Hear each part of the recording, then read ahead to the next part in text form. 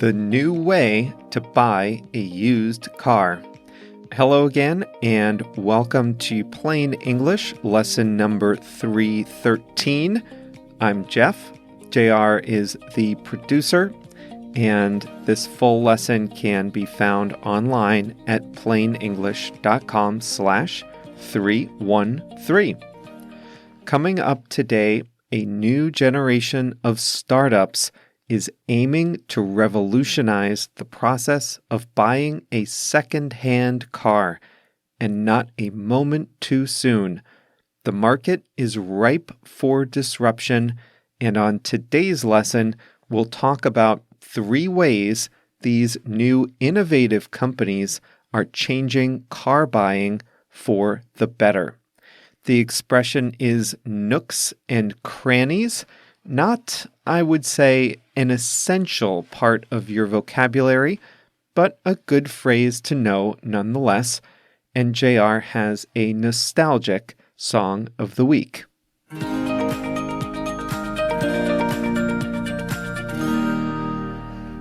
Last week, we talked about why it's so miserable to buy a used car. This week, we'll talk about the companies around the world that are working to make the process less painful, even, dare I say, fun. This new generation of startups aims to bring a customer service mindset and advanced technology to a market that is often seen as shady. There are several of these platforms around the world, but I'll focus on 3 of them today. Kazoo in the UK, Carvana in the US, and Kavak in Mexico. All 3 are well-established national or international platforms. Kavak just became Mexico's first unicorn, its first private company to be valued at over $1 billion. These 3 are the biggest players, but the market around the world is heating up. In Brazil, Volante and Carflix have both raised venture capital from foreign funds. List Auto is active in Canada. Auto One and Heycar are active in Europe. Checkars, recently acquired by Kavak, is in Argentina. Together, these startups are changing the process of buying a high-quality second-hand car. So here are the 3 biggest changes. First, the platforms shrink distances. When you look to buy a used car, geography is a significant barrier to finding the product you want. Unlike most products that can be shipped by mail, cars cannot easily be shipped or delivered. This is especially true when the seller is an individual. Even most dealerships will only deliver within a small radius. Therefore, buyers face a limited pool of potential cars to buy.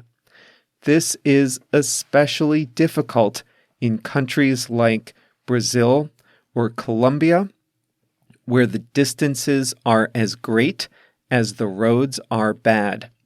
If a seller and buyer are more than a few hours apart, the sale doesn't happen.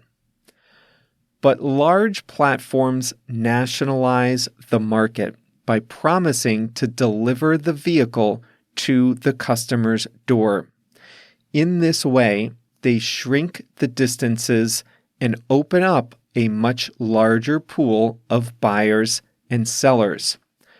When there are more buyers and sellers, there's a greater chance that satisfying matches can be made.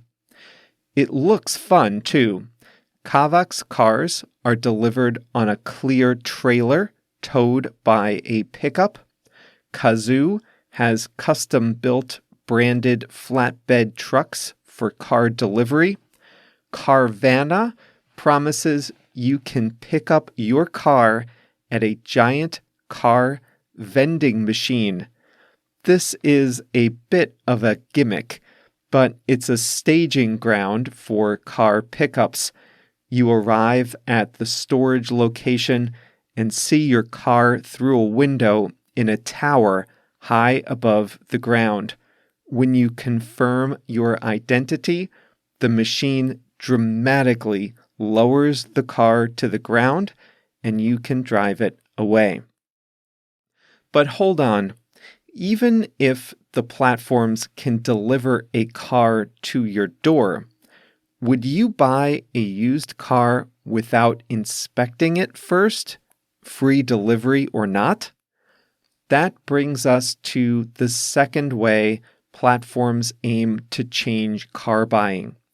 They take care of the inspections and they put their own reputations behind them. Remember last Thursday, I described the problem of asymmetric information. The new platforms try to solve that problem by performing their own inspections and maintenance on the cars on their sites. Many online platforms just connect buyers and sellers. This is what Uber and Airbnb do, right?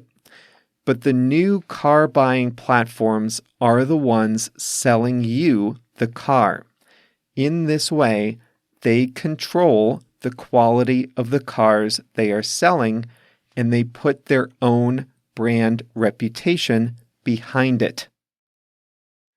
They have invested heavily in building this trust. Carvana details all the inspection and restoration procedures it performs. They do multiple test drives and inspect the engine, transmission, suspension, tires, brakes, undercarriage, interior, and exterior. They even promise to fix cosmetic damages like scratches. If there's cosmetic damage they can't fix, like stains or dents, they classify them in one of 3 levels, so the buyer knows exactly what defects come with the car. Kazoo in the UK has a massive central warehouse in England where the cars are all refurbished and prepared for sale. Kazakh has a dozen inspection centers spread out across Mexico. With national and now international reputations to defend, the platforms cannot gain by defrauding customers and selling them cars in bad condition. So they have every incentive to only sell quality cars, fix most defects, and disclose any imperfections. If you've been listening a while, you know that I tend to be cautious when making big decisions. Even with the inspection and the reputation of the seller, I personally would still be wary of buying a car online if I haven't driven it first. And these companies have the answer to that objection too. You can often drive the car for a while, at least 7 days, and return it for a full refund if you're not happy. In that way, the platforms provide peace of mind to buyers who select a car without driving it first. They are borrowing from some more mature direct-to-consumer companies that also offer generous free returns in order to provide peace of mind to their customers. That leads us to the third way these platforms are aiming to disrupt the market: customer service. This is where Uber was so revolutionary. Uber took an industry, taxi cabs, that had an abysmal reputation for customer service, and Uber revolutionized the industry with the customer front and center. Car buying platforms aim to do the same thing. Kazoo provides free insurance for 7 days, giving you the freedom to arrange your own car insurance in the days after your purchase. Their listings include an innovative way to see photos of every nook and cranny of the car, inside and out. Kazoo lets you make an online appointment to see your car via video call. All platforms now emphasize their sanitation protocols and contactless processes. The platforms also provide financing. This was one of the big problems with the used car market that we discussed last week. Banks simply do not trust the quality of the cars bought and sold by individuals, so they often don't lend in the used car market, especially in developing countries.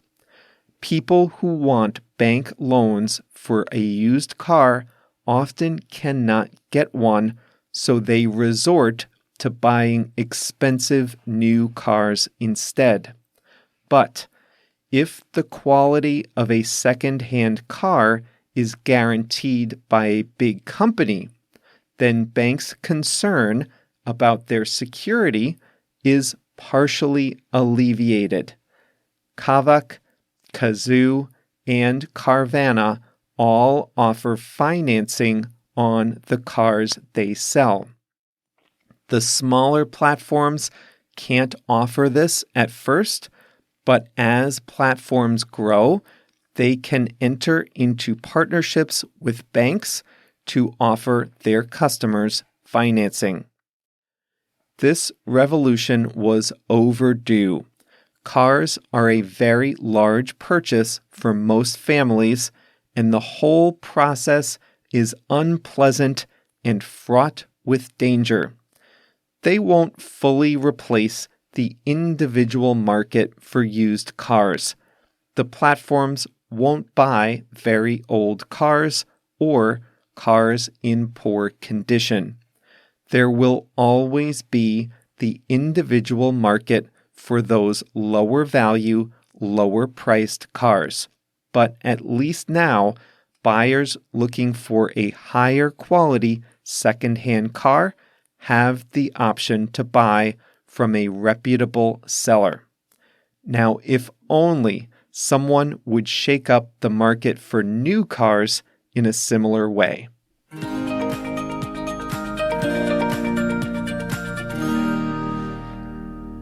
Last week, I told you about my 1998 Toyota Corolla, which I owned for 12 fantastic, glorious years. I loved that car. I sold it when I moved to New York in 2014. I spent 3 years without a car, but when I moved back here to Chicago in late 2016, I bought a new car, a Mazda 3. It's definitely more economical to buy a second-hand car, but I knew I was going to keep this car for a long time. A decade or longer is my plan. And I just didn't trust the used car buying experience. I didn't trust myself to be able to inspect it. I didn't want to run the risk. At the time, Carvana was new, and I just didn't trust it. They were pushing this gimmick of buying the car from a vending machine. I just wasn't ready for that. But if I were looking to get a car today, I would give serious consideration to these new platforms. Well, I'd love to hear from you. If any of you have purchased a car from a platform like this, Kavak especially, I'd love to hear how it went. So post in our free Facebook group. You can join by visiting plainenglish.com/Facebook.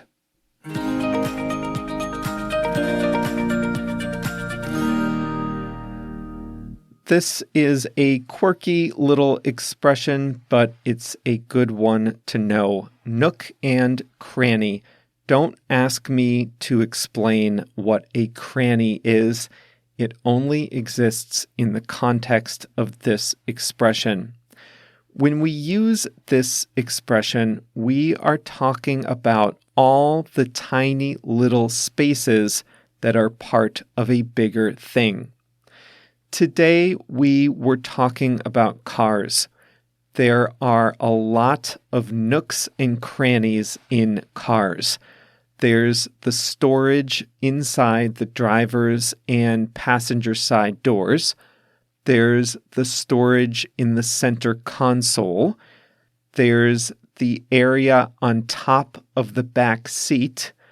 There's the glove compartment, the place where you charge your phone, the place where you store your sunglasses. In the back, there might be cup holders. An armrest might come down in the back seat. All these are little details, little spaces. In traditional photos, it can be hard to see all the nooks and crannies of a car's interior.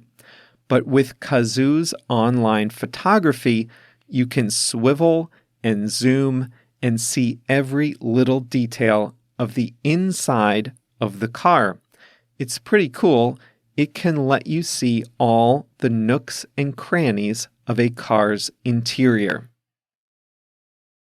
What else has a lot of nooks and crannies? An old house, right? An old house is full of nooks and crannies, especially if that house has had additions over the years. You have a lot of cabinets, areas under staircases, closets with shelves high above your head, secret doors to the attic, lots of small little areas. Kids love exploring the nooks and crannies of old houses.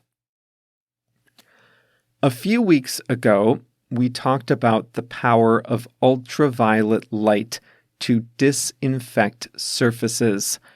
This is especially important in hospitals, where there are a lot of surfaces that might help spread the virus.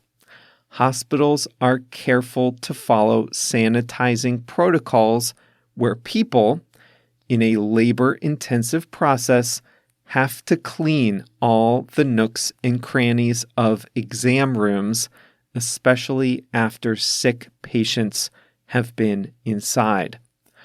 But what if you could find a much easier way to do that? A blast of ultraviolet light could get all the nooks and crannies with much less effort than a traditional cleaning job. Years ago, I lived in an apartment that was 400 square feet. That's just 40 square meters. That's small, and I lived there for 7 years. When you live in an apartment that small, you need to use every nook and cranny of storage space. You can't let any potential storage space go to waste. You use the full height of the closet. You use the space under your bed. You put shelves everywhere they'll fit. You really need to take advantage of your space. You need to use every nook and cranny since you don't have any space to waste. We sometimes use nook and cranny when we want to emphasize that we've looked in every small possible spot for something that's missing.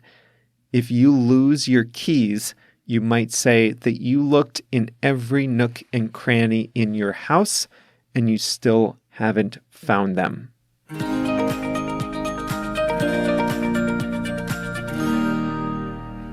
Today's song of the week is Don't Speak by the band No Doubt. JR picked this song out of a sense of personal nostalgia because this is one song they always used in his English classes in Mexico. I watched the video and I agree it's probably a good song for beginners. The words make sense for the most part, and you can understand them. So, in a nod to all the English classrooms out there, JR picks Don't Speak by No Doubt. And that is all for today. Remember to join our free Facebook group at plainenglish.com/Facebook. and share your stories about used car buying. I'd love to hear your experiences, good or bad, in buying secondhand cars. Coming up on Monday, Joe Biden's road to the White House. We'll talk about what he campaigned on and how the last few months of the campaign played out. The Monday after, November 30th, we'll do a post-mortem on the Trump presidency. So 2 more on the American elections coming up next Monday and the following Monday. See you then.